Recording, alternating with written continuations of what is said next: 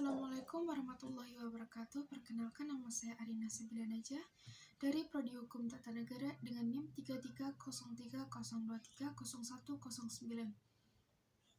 Di sini dalam video ini saya akan menjelaskan mengenai penafsiran ekstensif dalam interpretasi hukum. Dan di video ini guna memenuhi tugas akhir mata kuliah pengantar ilmu hukum.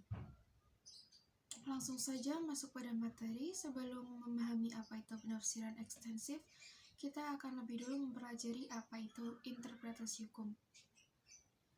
Menurut Durjono Prodjodikoro, segala hukum baik yang tertulis, yang termuat dalam berbagai undang-undang maupun yang tidak tertulis, yaitu berdasarkan adat, kebiasaan seperti hukum adat, selalu membuka kemungkinan ditafsirkan secara bermacam-macam, sehingga memunculkan suatu metode memahami makna yang tertuang dalam teks-teks hukum untuk diterapkan pada penyelesaian kasus-kasus atau pengambilan keputusan pada hal yang terjadi, yang kemudian sering disebut sebagai interpretasi hukum atau penafsiran hukum. Dalam buku pengantar ilmu hukum karya Bapak Farhani, terdapat sekitar 12 macam interpretasi hukum, yang salah satunya yaitu penafsiran ekstensif. Penafsiran ekstensif sendiri itu merupakan suatu metode penafsiran yang dilakukan dengan cara memperluas arti kata-kata yang terdapat dalam undang-undang, sehingga suatu peristiwa ataupun benda dapat dijangkau oleh ketentuan undang-undang tersebut. Dan dapat diringkas bahwasanya penafsiran ekstensif merupakan penafsiran yang dilakukan dengan cara memberikan makna yang lebih luas kepada ketentuan undang-undang yang ada. Dalam penggunaannya, penafsiran ekstensif biasanya dilakukan atau digunakan pada kasus yang belum diatur dalam undang-undang dan juga kasus yang diatur dalam undang-undang secara tidak lengkap, serta kasus yang diatur dalam undang-undang secara tidak jelas.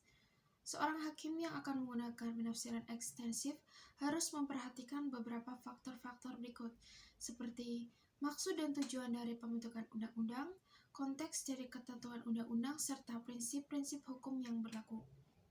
Contoh penerapan penafsiran ekstensif dalam interpretasi hukum dapat dilihat dalam pasal 303 ayat 1 KUH Pidana, yang mana disebutkan bahwa barang siapa dengan sengaja dan melawan hukum menjual, menerima, menjadi perantara dalam jual beli, ataupun menukar dengan barang lain, benda yang diketahuinya berasal dari hasil kejahatan, diancam dengan pidana penjara yang paling lama yaitu 4 tahun.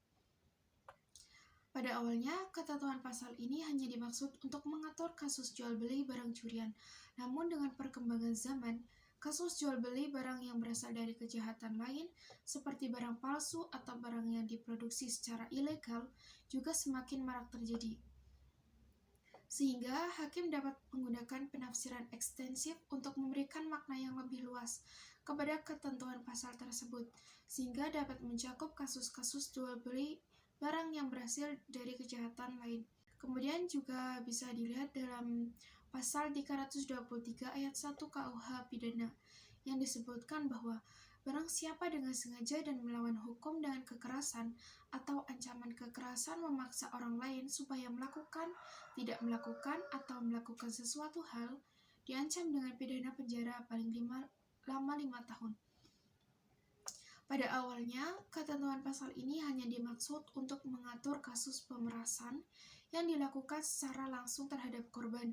Namun, karena perkembangan zaman, kasus pemerasan secara tidak langsung juga kadang terjadi, misal seperti melalui telepon ataupun media sosial, maka hakim dapat menggunakan penafsiran ekstensif ini untuk memberikan makna yang lebih luas, sehingga ketentuan pasal tersebut dapat mencakup kasus-kasus pemerasan yang dilakukan secara tidak langsung juga.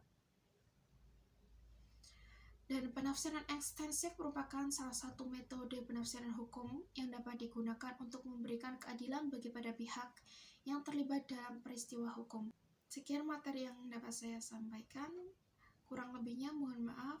Wassalamualaikum warahmatullahi wabarakatuh.